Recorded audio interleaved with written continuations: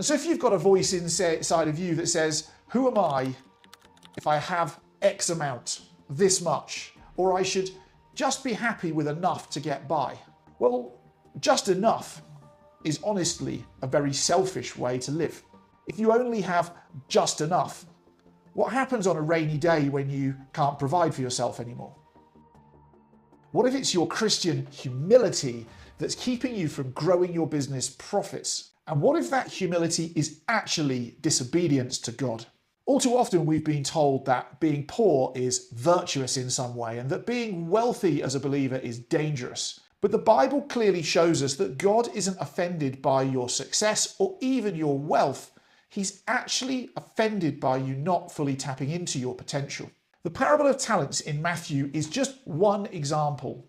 You know, in Matthew 25, the master didn't give the servants money to keep it safe. He gave it them to multiply. You know, neutrality is a sin. The only servant called wicked and lazy was the one who didn't lose the money.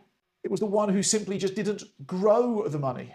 You see, wealth itself is not the goal. Wealth itself is a byproduct of unleashing your potential that God gave you and going and using it to grow with. If you're afraid of too much money, what you're really afraid of is, how will I be and do I trust myself with too much money? And what is too much money, and is it even yours in the first place? No, it's his. Interestingly, it wasn't the billions of dollars that eventually corrupted Solomon. It was the sin and temptation of females that eventually got him to go and corrupt himself. You see, money is simply a test of whether you're going to be sinful with it or not.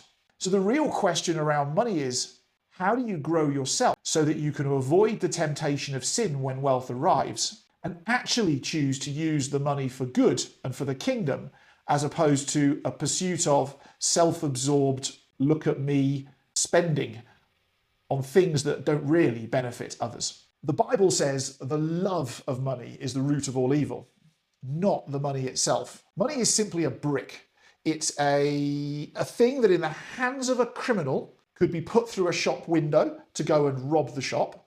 But in the hands of a kingdom builder, a brick could be the foundation of a hospital. You see, as a believer, we're simply the conduit for money. We're not a cul-de-sac or a dead end.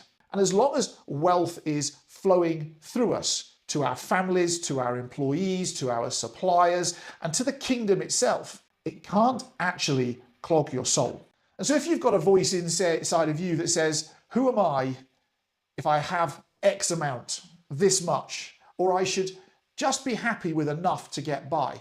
Well, just enough is honestly a very selfish way to live. If you only have just enough, what happens on a rainy day when you can't provide for yourself anymore? What happens when you retire?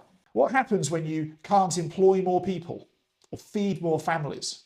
What happens when you can't give to the kingdom anymore?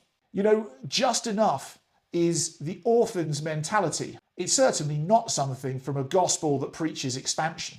The reality is that poverty and just enough does not employ people. Surplus does. And so our goal has to be surplus, so that we are actually a contributor to the kingdom as opposed to a taker from the kingdom, because we haven't been bothered to provide well enough for ourselves, our employees, our suppliers, and our nations around us. You know, many of us have a fear of greed, but you can't cure greed by staying poor. All you do is prevent yourself from having the opportunity to learn and grow.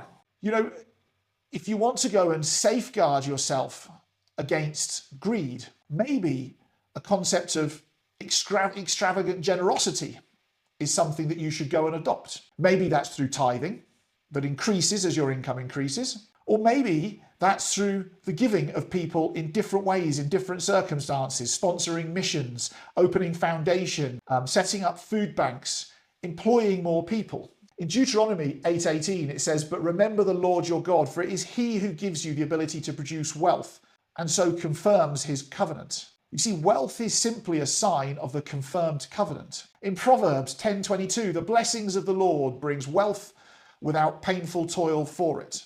Godly wealth doesn't come from a grind that destroys your family or the pursuit of greed. Godly wealth comes for people who have proven that they can do with a little and be trusted with a little so that they can be trusted with more. And so there are so many religious lies that maybe we should go and duck and dive and tackle. You know, the lie of money is the root of all evil, where it's the love of money that's the root of all evil.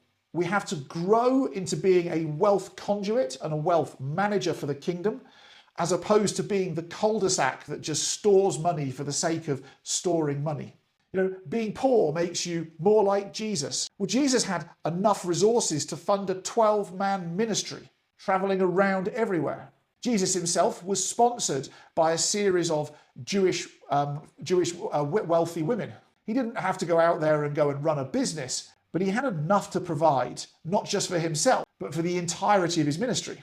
And maybe there's a religious lie of just wanting enough, but enough doesn't demonstrate the abundance and provision of God to the non-believer. Enough to the non-believer just looks like you're just over broke, and that's a very unattractive proposition to the person who hasn't found God yet, who only views the world through materialistic eyes. The just enough doesn't give them the magnet that they need to come towards you at a materialistic level, when one of the main things they care about is materialism.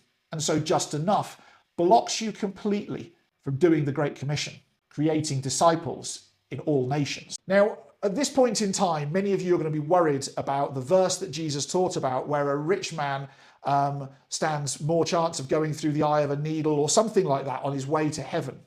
And in a future video, I'm going to teach on exactly how you can structure your wealth to dodge greed and to ensure that you're not the rich man who can't go through the eye of the needle and therefore can't go to heaven. I'd like you to check out on the channel here and go and find that video.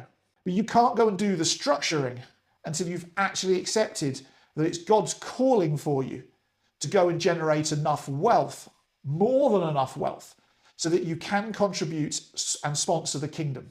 And until you can wrap your head around that as a truth, your business will struggle, you won't bless employees with jobs, your family will struggle, and you'll be unable to go and do what Solomon advised in Proverbs, which is to provide your children's children with an inheritance worth having.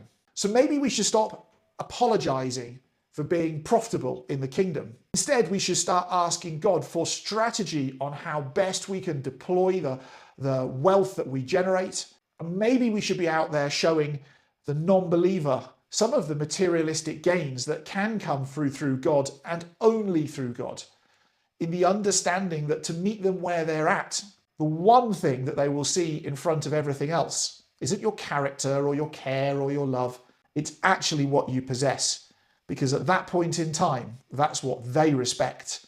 And that will enable you to do the Great Commission greater than almost anyone else.